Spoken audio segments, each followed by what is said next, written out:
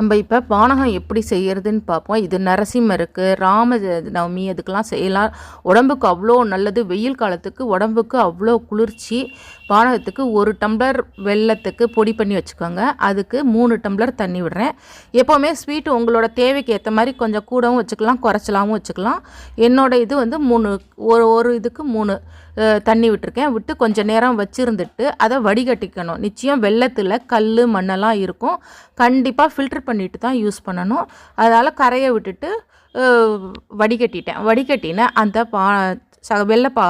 வெள்ளை தண்ணியில் சுக்கு பொடி 1 ஸ்பூனு, 1 ஸ்பூன் ஏலக்காய் பொடி 2த்தையும் போட்டுட்டு, எலுமிச்சம்பழம் ஒரு ஒரு ஸ்பூன் போட்டிருக்கேன். அதுனா ஒரு மூடி வேணும்னா டேஸ்ட் பார்த்துட்டு இன்னொரு மூடி கூட பிழிஞ்சுக்கோங்க. உங்களோட புளிப்புக்கு தகுந்த மாதிரி நல்லா கலக்கி விட்டுக்கோங்க.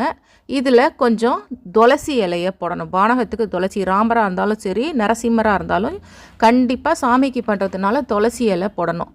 சுக்கு, ஏலக்காய் பொடி, வெல்லம், லெமன். வேணும்னா டேஸ்ட்டுக்கு ஒரு பிஞ்ச் உப்பு வேணால் போட்டுக்கலாம். அது இன்னும் டேஸ்ட்டை தூக்கும். இது சாமிக்கு பண்ணுறதுனால நான் போடலை.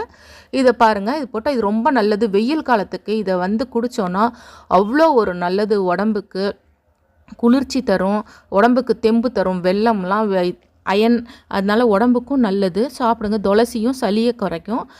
பண்ணலாம். இது உங்களுக்கு பிடிச்சிருந்தால் லைக் பண்ணி ஷேர் பண்ணுங்கள். மறக்காமல் என்னோடய சேனலை சப்ஸ்கிரைப் பண்ணுங்கள்.